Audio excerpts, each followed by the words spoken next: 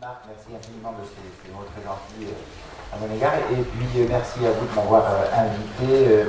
J'ai la lourde tâche d'essayer de vous parler de la e-psychiatrie. Est-ce que c'est une réalité ou est-ce que c'est encore un mythe? Alors il faut que j'aille vite puisqu'on m'a demandé de rattraper le temps, donc je vais aller très très vite sur les aspects administratif ou pour aller surtout sur du terrain, parce que je crois que c'est ce que vous avez préféré. Donc très rapidement, la e-santé, c'est deux grandes familles. D'un côté, les systèmes d'information de santé et d'un autre côté, la télésanté. Les systèmes d'information de santé, vous avez entendu sans doute parler d'une attaque informatique sur nos logiciels sur le CHU de Rouen qui nous ont complètement paralysés, qui nous paralysent encore. Donc ça fait partie de la grande famille des systèmes d'information de santé qui sont des choses particulièrement sensibles et importantes dans la santé actuelle. Et d'un autre côté, la télésanté qui, elle, se divise en deux grands volets, la télémédecine ou la M-santé. Alors très rapidement, il y a un cadre administratif extrêmement étroit en France sur la e-santé, notamment sur la télémédecine. Il n'y a que 5 actes de télémédecine qui sont reconnus en France: la téléconsultation, la téléexpertise, la télésurveillance, la téléassistance médicale et la régulation téléphonique du centre 15. Voilà, c'est un aspect administratif important, mais qui vous donne bien le cadre dans lequel on est en télémédecine en France. La M-santé, c'est quelque chose de beaucoup plus large. Donc, la Fondation des Nations Unies va jusqu'à organiser la définition de la M-santé dans 6 catégories, donc l'éducation et la sensibilisation, la téléassistance, le diagnostic et traitement de soutien, la communication et formation pour les professionnels de santé, la maladie et le suivi d'une épidémie, et la surveillance et la collecte de données à distance. Voilà les 5 grands axes, et là on est dans l'autre volet qui est la M-santé. Donc il y a vous allez trouver énormément d'applications de M-santé, j'en ai listé quelques-unes, je vous laisserai les regarder de façon plus attentive, mais sachez qu'il y a énormément d'applications. Vous en avez tous sur vos smartphones, le nombre de pas que vous avez fait, votre fréquence cardiaque, etc. Ce sont des données de M-santé. Alors les applications à la psychiatrie et à la santé mentale, donc deux grands volets très très différents. La psychiatrie étant bien une discipline médicale, on est dans la maladie et on est dans le soin, alors que la santé mentale c'est quelque chose de beaucoup plus vaste. Vous avez la santé mentale positive et la santé mentale négative, dont fait partie la psychiatrie. Donc, voilà, je reprends ça rapidement. Donc, comment aborder cette problématique sur la e-santé et psychiatrie? Eh bien, quand on est vraiment dans le domaine de la maladie, on est bien dans la télémédecine, dans la télépsychiatrie. Ce sont des modalités assez bien structurées. Quand on va être dans le domaine beaucoup plus vaste de la santé mentale, on va bien être dans la e-santé ou plutôt dans la M-santé. Je ne sais pas si la dichotomie est claire. En tout cas, sinon, n'hésitez pas à m'interrompre.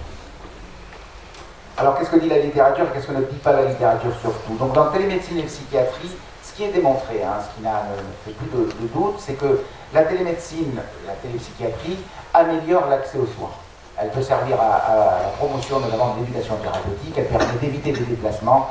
Et la satisfaction, c'est quelque chose dont on a peu connaissance, mais qui est une réalité, c'est que les personnes, les malades qui font de la télémédecine et qui font des comparatifs en présentiel ne trouvent pas de différence. Ils ont la même satisfaction. Évidemment, ils trouvent une différence technique, mais n'ont pas leur ressenti. Ils sont aussi satisfaits dans les deux. Les suivis en psychiatrie, que ce soit en télésuivi ou en présentiel, la littérature montre qu'on a une égalité, et on montre aussi que dans le suivi, dans la prise en charge des troubles post-traumatiques, des syndromes de stress post-traumatique, les suivis en télémédecine ont une efficacité supérieure aux suivis en présentiel. Ensuite, vous avez quelques données médico-économiques sur la prise en charge dans les TCC, en visio ou en présentiel. Merci beaucoup. Et le coût acceptabilité, notamment dans les troubles anxieux, donc qui montre que dans certains cas, on n'est pas plus cher et dans certains cas, en télépsychiatrie, on est bien moins cher. On a des indications et des contre-indications qui sont assez bien structurées, standardisées, et je laisserai les prendre connaissance, mais les contre-indications sont assez évidentes, c'est-à-dire quelqu'un qui refuse, ben, on ne peut pas faire de la télé, quelqu'un qui est violent, instable ou agressif, ben, on ne peut pas. Quand il y a un risque suicidaire, évidemment, on ne va pas le faire puisqu'on est à distance, etc. Ce sont des choses assez évidentes. Quand on n'entend pas bien, on ne peut pas faire de la télé. C'est des contre-indications de bon sens qui ont été validées. Et donc, je vous juste un point qui est important et qu'on nous reproche, nous on a commencé à faire de la télé en 2005, ça commence à faire un petit peu de temps, donc on nous a toujours reproché, toujours dit que c'était de la mauvaise médecine et que c'était de la médecine déshumanisée. Je voudrais juste vous dire que, en fait, ce n'est pas quelque chose de déshumanisé. J'ai une collègue qui en fait depuis une douzaine d'années qui dit, quand on fait de la télémédecine en EHPAD, la seule chose qui manque, c'est l'odeur. Et donc, ce n'est pas une psychiatrie déshumanisée, c'est ce qu'on en fait, ou ce qu'on n'en fait pas. Point supplémentaire, c'est que les agences demandent en permanence qu'on amène des indicateurs d'efficience, c'est-à-dire combien on va économiser, qu'on va coûter moins cher, etc. Il est évident que quand vous allez mettre des dispositifs de télé dans deux endroits, que vous allez avoir des lignes qui en plus en France doivent être forcément sécurisées, donc vous allez avoir des décryptages, des outils de cryptage, il est évident que vous ne pouvez pas coûter moins cher. Donc les indicateurs d'efficience directs, ça n'existe pas, il faudrait comparer deux départements exactement pareils, il n'y a pas d'études montrant que la télémédecine va coûter moins cher. Et il y a des indicateurs d'efficience indirects, c'est-à-dire que vous allez montrer que vous économisez un certain nombre de kilomètres, que vos équipes se déplacent moins. Donc là, on a des indicateurs d'efficience indirects, et nous on en a énormément, qui montrent que ça ne peut pas être rentable, mais qu'on ne perd pas de l'argent. Et point fondamental, puisque on est au CPO, donc on est dans un établissement de santé mentale, donc public, je vous rappelle qu'aujourd'hui, la télémédecine est rentrée dans le droit commun. C'est-à-dire que vous faites une téléconsultation dans n'importe quelle discipline, quand vous êtes en ville, et vous avez une facturation de la Sécu. Pour toutes les disciplines, en public aussi, sauf une. C'est-à-dire que vous pouvez faire une téléconsultation de cardiologie, c'est facturé par la Sécu, il y a un tarif, vous faites de la pneuma, vous faites de la dermato, pas de souci. Vous faites de la psychiatrie en libéral, vous avez une facturation, vous faites de la psychiatrie en public, il n'y a pas de facturation. Donc il n'existe pas de moyen de développer, moyen médico-économique de développer de la télémédecine pour les établissements publics de santé mentale. On ne le dit pas. Alors est-ce qu'il y a beaucoup de dispositifs de télémédecine dans le monde? Eh bien, il y en a pas mal. Vous avez donc en haut à droite Doctoconsult, qui est peu connu, mais qui est un dispositif qui ne fait que de la psy. C'est Fanny Jacques qui l'a créé et qui le porte encore. C'est une jeune qu'on a eu comme interne à Rouen et qui maintenant est à Paris. En haut à gauche, vous avez Eutelmed, donc, qui est fait par Bernard Astreux, qui a commencé comme nous en 2005, qui était à Montpellier, maintenant il est à Paris, qui marche très très bien. Vous avez en bas Care, qui fait énormément de pubs, donc ils ont été condamnés par le Conseil de l'Ordre parce que la publicité médicale est interdite, mais ils continuent d'en faire. Donc Eutelmed en haut à gauche, c'est une quinzaine d'années qu'il marche. Donc ils ont fait le choix de ne pas du tout exister en France. Donc c'est une plateforme française, mais qui ne fonctionne pas en France. Vous pouvez vous inscrire si vous voulez en France, mais elle n'est pas calibrée pour la métropole, elle est calibrée pour le reste du monde. Donc il s'adresse exclusivement ou préférentiellement aux expatriés dans le monde entier. Et ils ont des conventions avec la sécurité sociale, avec plein d'assurances, et ça marche extrêmement bien. Donc au début il y avait que de la psy, ensuite il y a de la psychologie, ensuite maintenant il y a de l'orthophonie, de la médecine générale, donc c'est une plateforme qui fonctionne très très bien et qui est extrêmement rentable. Télémédecine et santé mentale. Donc qu'est-ce qu'on a aujourd'hui comme outils qui peuvent être utilisés en santé mentale? Évidemment, on est dans la grande famille de l'évaluation cognitive, de la remédiation cognitive, de la réhabilitation psychosociale. Et là, on a des outils qui existent depuis une dizaine d'années, 10-12 ans. Donc, trois grandes familles. Vous avez des outils d'évaluation cognitive. Donc là, on est et quasi exclusivement dans des outils de recherche. On n'en a pas dans le commerce habituel. C'est des outils qui sont performants, mais ils sont encore dans le domaine de la recherche à quelques points. Des outils de remédiation cognitive, là on n'est plus du tout dans la recherche, on est dans du commercial. Donc je vous ai présenté les 4 principaux qu'on peut avoir dans le coin, donc Cogmed, Captain Log, Presco et Reacom. Presco étant franco-français à Lyon, Reacom étant allemand avec des modules traduits en français, et Cogmed étant, les deux autres sont anglo-saxons, Cogmed étant traduit. Et enfin, vous avez des outils de simulation cognitive qu'on va utiliser, il y en a d'autres, hein, mais qu'on va utiliser dans les EHPAD notamment, qui marchent plutôt pas mal. Je vous ai marqué les deux principes. Autre grand axe de développement en santé mentale, c'est la réalité virtuelle.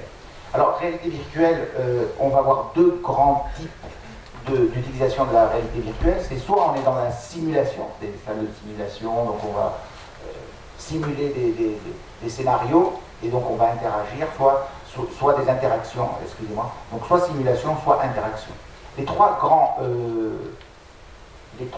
types d'utilisation, c'est la 3D sur écran qui marche, qui est la première qui a été utilisée, pour lesquelles vous trouvez des logiciels, beaucoup, surtout en recherche, peu dans le commerce.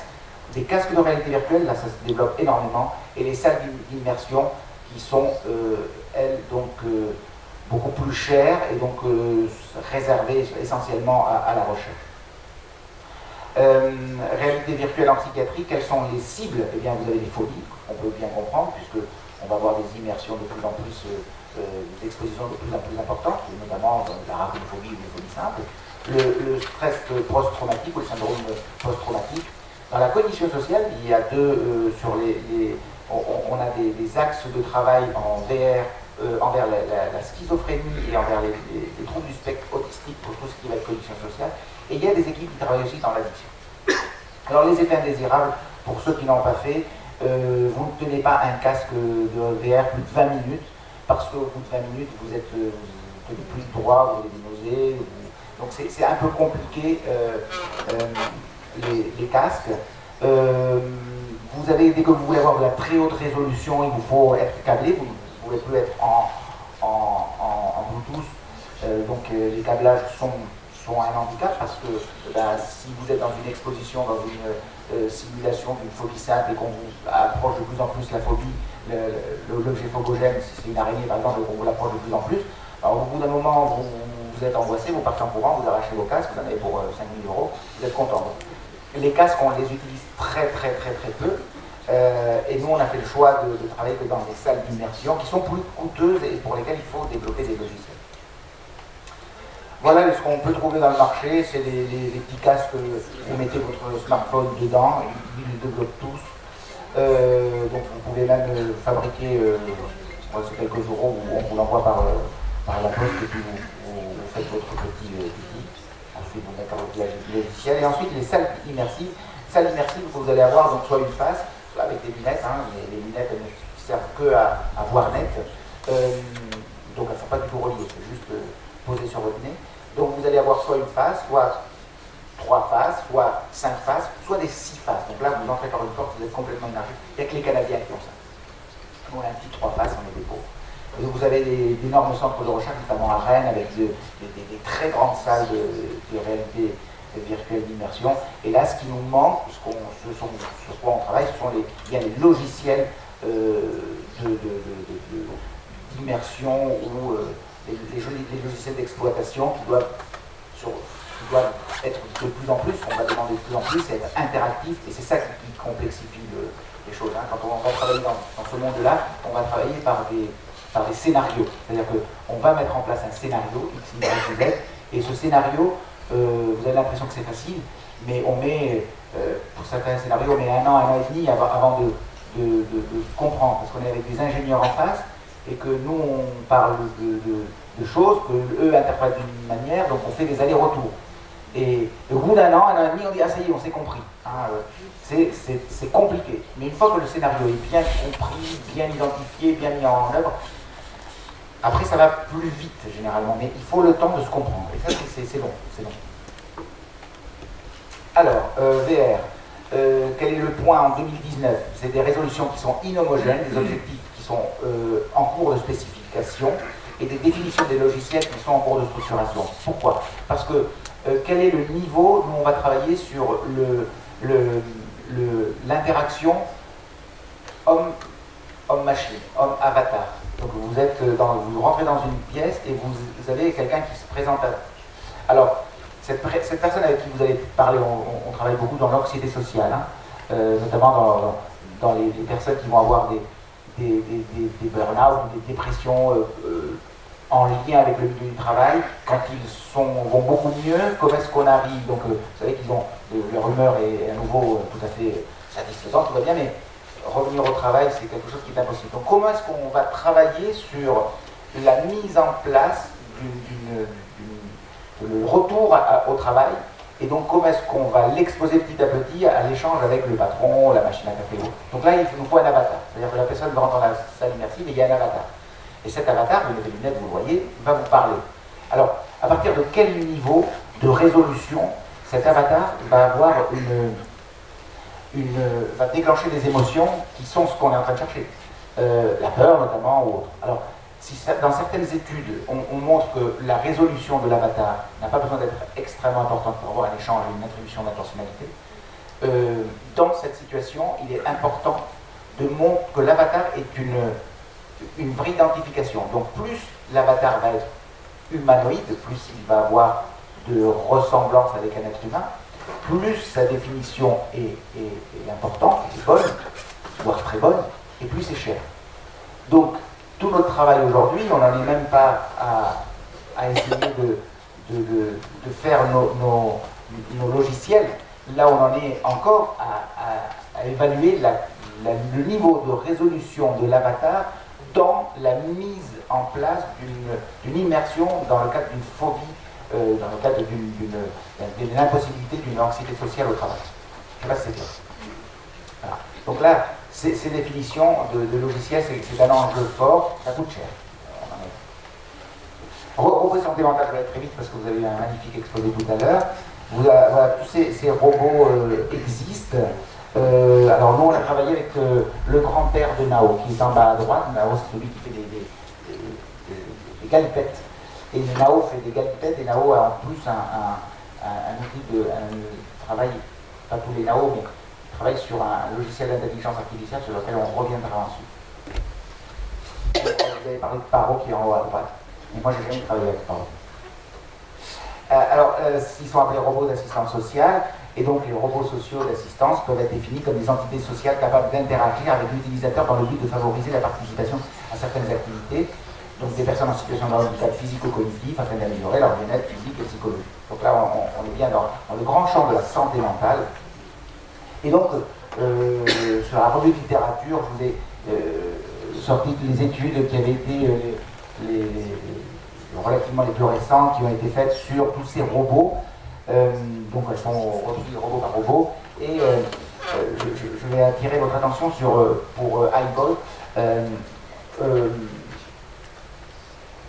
Le deuxième, je n'ai pas de petite peur, donc vous voyez que pour iBot, vous avez donc c'est le deuxième robot. Et donc il est jugé adopté pour les applications domestiques, mais c'est l'autre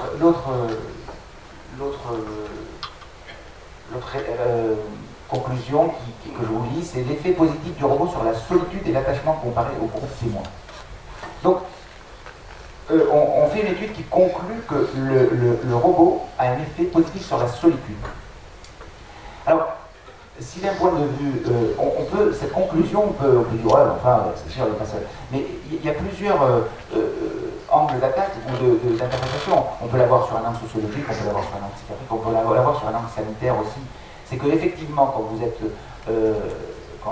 avez un robot en face de vous, il parle, le logiciel parle, et puis vous lui parlez.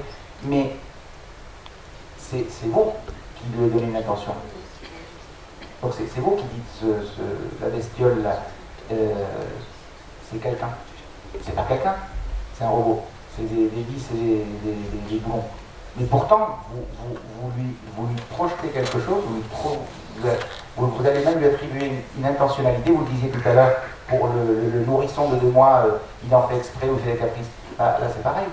Vous lui attribuez une intention, c'est juste le logiciel. Donc, je reviens là-dessus parce que quand on a travaillé avec le grand-père de Mao et avec les ingénieurs qui le mettaient en place, À ce moment-là, ils étaient loin, hein, c'était il y a plus de 10 ans. Ils travaillaient sur la résistance, la robustesse de leur bécane. Donc, s'ils tombaient en arrière, nous on était morts. Hein, ils n'étaient pas robustes, donc ils travaillaient sur la chute en avant. Et donc, la chute en avant, le robot tombait, toc, il se levait, il retombait, il retombait, il retombait. Et les ingénieurs, donc plusieurs centaines de fois, plusieurs milliers de fois pour pouvoir mesurer sa robustesse. Et les ingénieurs qui travaillaient dessus étaient obligés de sortir de la pièce tellement ils ne supportaient pas de voir leur robot tomber. Donc ils savaient que c'était des écrous, ils savaient que c'était des vis, ils savaient que c'était rien d'autre qu'un logiciel, mais c'était eux qui l'avaient fabriqué, ils ne supportaient pas leur tomber. Donc, effectivement, quand vous êtes en maison de retraite et que vous avez des troubles cognitifs, parce que tout ça c'est sur des personnes avec des troubles cognitifs débutants ou moyennement sévères, c'est bien l'intentionnalité à la personne. Et donc, si c'est sûr que c'est quelque chose qui est évidemment intéressant, qui est profondément utile, ça c'est très clair, mais est-ce qu'on est dans le champ du soin, ou est-ce qu'on est dans un autre champ qui est celui de l'échange interhumain sans humain? Je ne sais pas, mais je vais essayer de réfléchir, et du coup, qui doit payer ces robots? Est-ce que c'est la sécurité sociale qui doit les payer, ou c'est le département?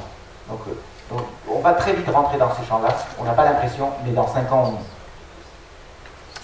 Le transhumanisme, on en parle peu, mais le transhumanisme c'est quelque chose d'important. Le mouvement transhumaniste, vous le savez, c'est ce mouvement qui a pour objectif l'amélioration des capacités physiques et cognitives de l'espèce humaine pour éliminer la souffrance, la maladie, le vieillissement, voire la condition mortelle. Alors, c'est clair que c'est utile. Donc, quand on perd une main, on va avoir une main robotisée ou autre, ça c'est évident. Ça existe déjà, hein, les prothèses bioélectriques, et c'est utile. Mais il y a une dérive qui est importante, qui est le post-humanisme. C'est l'augmentation radicale des limites du corps.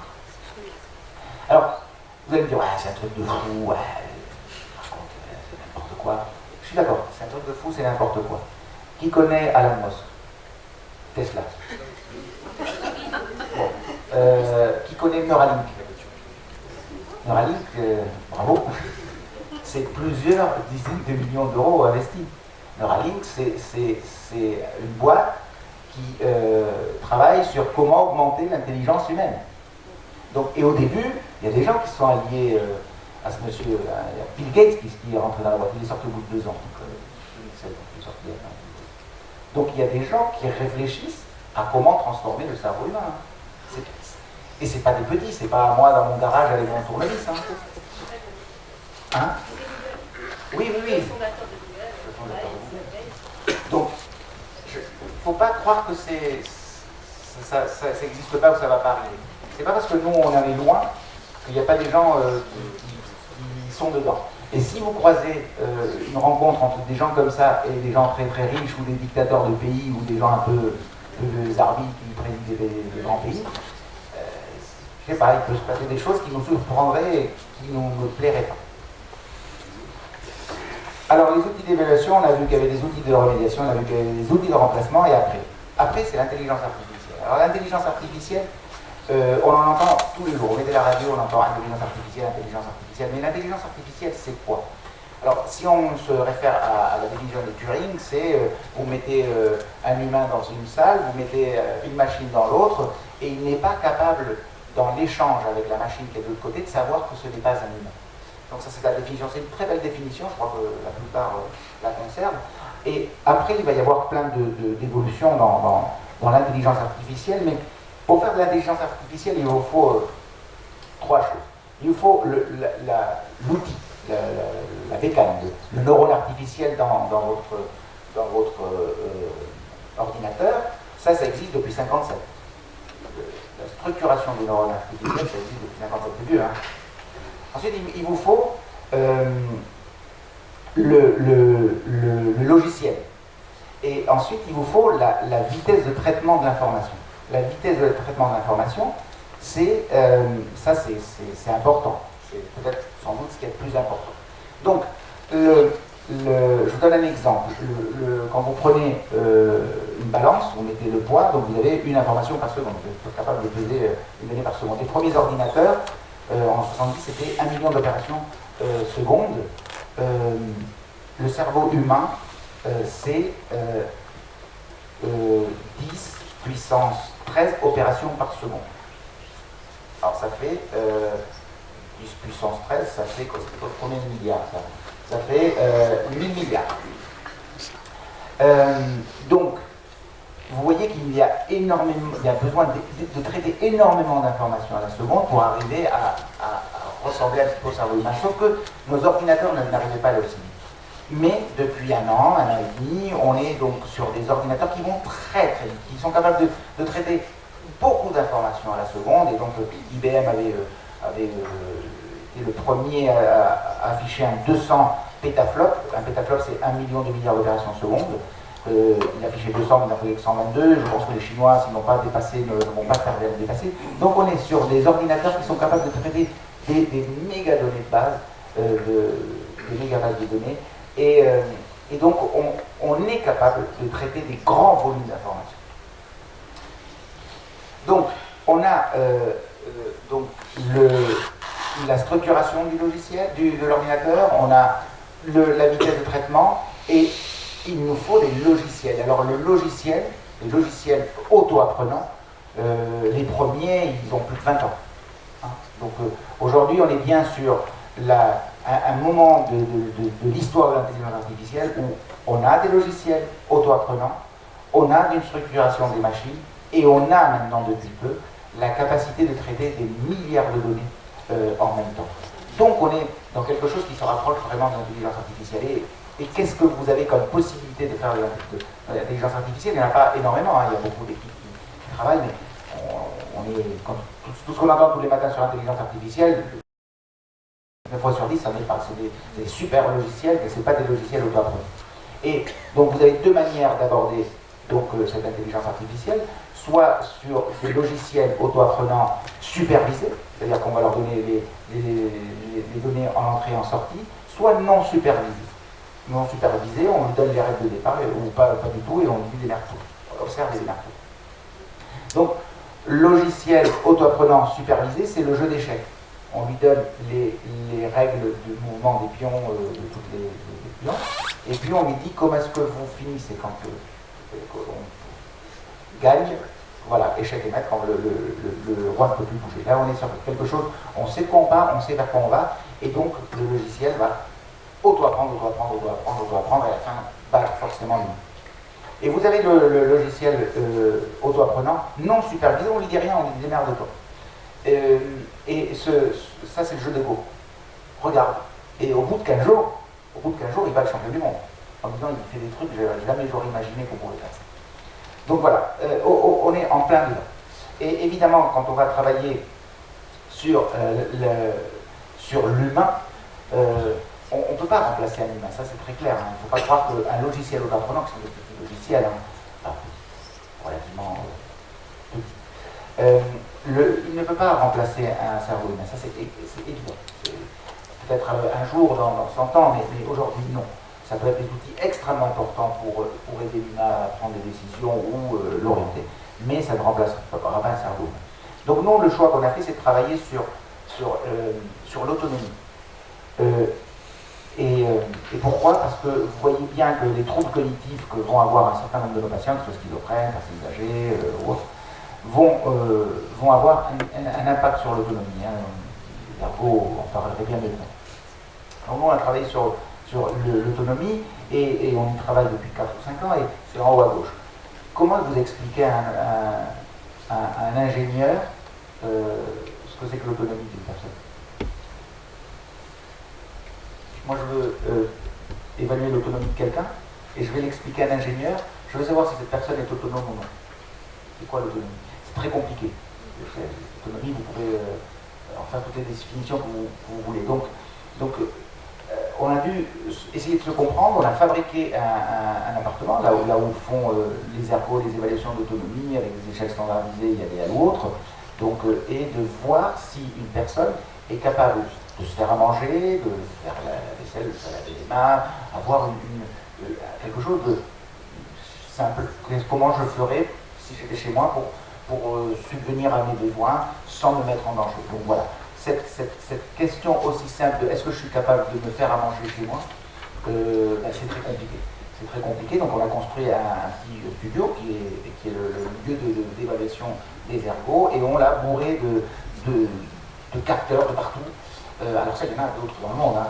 Mais la particularité, c'est que nous développons un outil d'intelligence artificielle non supervisé. Et c'est ça la complexité, c'est-à-dire qu'on n'a pas de règles. Parce qu'on ne sait pas ce que c'est que l'autonomie, on n'a pas réussi à donner une structuration, un modèle, voilà. Et donc, voilà, ça fait 4 ans qu'on y est, on a encore des budgets pour un an et demi, il y a des ingénieurs, des médecins, plein de monde là-dedans. Peut-être dans un an et demi, on vous dira on a trouvé quelque chose, on vous dira on n'a rien trouvé, c'est trop long, trop compliqué, on y arrive. Donc des outils, d'autres outils que nous développons, ben, je vous ai dit le robot, nous avons très vite arrêté, parce que si c'est quelque chose qui est d'un point de vue gadget passionnant, hein, pour nous c'est génial, nous n'avons pas trouvé, aujourd'hui, hein, quand on a arrêté il y a 4-5 ans, on n'a pas trouvé le plus sanitaire. C'est-à-dire que pour nous, en psychiatre de base, ça nous paraissait encore prématuré. Mais dans 10 ans, si vous me filez un robot avec un outil d'IA, je vous dirais c'est génial. Mais aujourd'hui, en l'état actuel de nos connaissances, de nos compétences, bah, ça ne nous a pas amené un plus et donc on n'a pas continué de développer ce partenariat avec les robots. Mais c'est juste pour nous, parce que j'y crois, c'est quelque chose de fondamental et qui dans 10 ans aura transformé notre vision du soin. Télémédecine, c'est quelque chose qui marche, nous, en base depuis plus d'une quinzaine d'années et pour laquelle donc, on travaille maintenant, d'autres disciplines ont intégré notre dispositif, donc la dermato, la cardio, les soins palliatifs, la gériatrie, etc. Les outils plus bas, donc les outils d'évaluation et de compensation de l'autonomie, donc ça, il existe des recherches, notamment en termes d'évaluation de l'autonomie, et des outils qu'on retrouve de plus en plus, notamment dans les appartements intelligents pour les personnes âgées, avec les chemins lumineux, etc., les détecteurs de chute, tout ça. Donc il y en a de plus en plus. On a travaillé sur des petits outils, peu importe. En termes de cognition, et bien là vous avez énormément d'outils, hein, on les a présentés, vous avez l'organisation cognitive assistée par ordinateur, donc à distance, en présentiel, vous avez énormément de facteurs, importants. Les bilans cognitifs à distance qu'on a développés pendant quelques années, on a arrêté parce qu'on n'avait pas de plus non plus. Hein, il faut mobiliser les neuropsychologues et ça n'amène pas un plus, ça reste de l'ordre du gadget. Vous voyez, on essaie de développer plein de choses et on regarde s'il y a un plus, s'il n'y a pas de plus. Donc, ce qui est sûr qu'il y a un plus, c'est dans l'IA, et notamment en termes d'évaluation de l'autonomie, télémédecine, c'est évident. Le reste, il y en a plein dans le commerce. Et évaluation, ça reste évaluation de l'autonomie, ça reste important. Voilà, ça c'est notre petit studio. Il ressemble à un studio. Alors, en guise de conclusion, alors la télémédecine, pour les détracteurs de la télémédecine, bah, c'est trop tard pour s'y opposer, il y en a partout. Il ne faut juste pas rester idiot et pauvre, parce que les grands détracteurs de la télémédecine, c'est les acteurs du public et on n'a pas de modèle médico-économique, donc ça se développe partout dans les établissements de santé publics. Donc, finalement, les riches en profiteront et les pauvres en profiteront. La e-santé et la m-santé, elles sont partout. Alors soit on intègre dans nos pratiques, mais on y impose une déontologie, des règles et une éthique, soit ça se fera sans nous, ça c'est évident. La réalité virtuelle, les outils sont en place et les logiciels ils arrivent sans doute vite, mais ils ne sont pas encore validés. Il faut que ce soit des vrais acteurs de la santé qui les valident. Il y en a des Psious ou d'autres petites startups qui font des choses pas mal, mais ils ne sont pas validés. Donc soit on valide ces choses-là, soit on en a partout et tout le monde dit oui, il y a à boire et à manger. Voilà, donc restons prudents. Les robots sont pour l'instant des super gadgets. Leur intérêt en santé reste à prouver, mais ça viendra. Il n'y a pas de doute, ça viendra. Là, on montre que ça marche et que ça a un intérêt, mais en santé, ça viendra. L'IA, c'est le vrai enjeu, mais elle ne sera pas opérationnelle avant plusieurs décennies, pour toutes les raisons que je vous ai expliquées. Décennies, j'y crois pas, mais plusieurs années, ça c'est sûr. Et enfin, le transhumanisme et le post-humanisme, il ne faut surtout pas négliger cet aspect-là, parce que sinon, le monde dans lequel on vivra sera très différent et peut-être beaucoup moins humain et beaucoup moins éthique.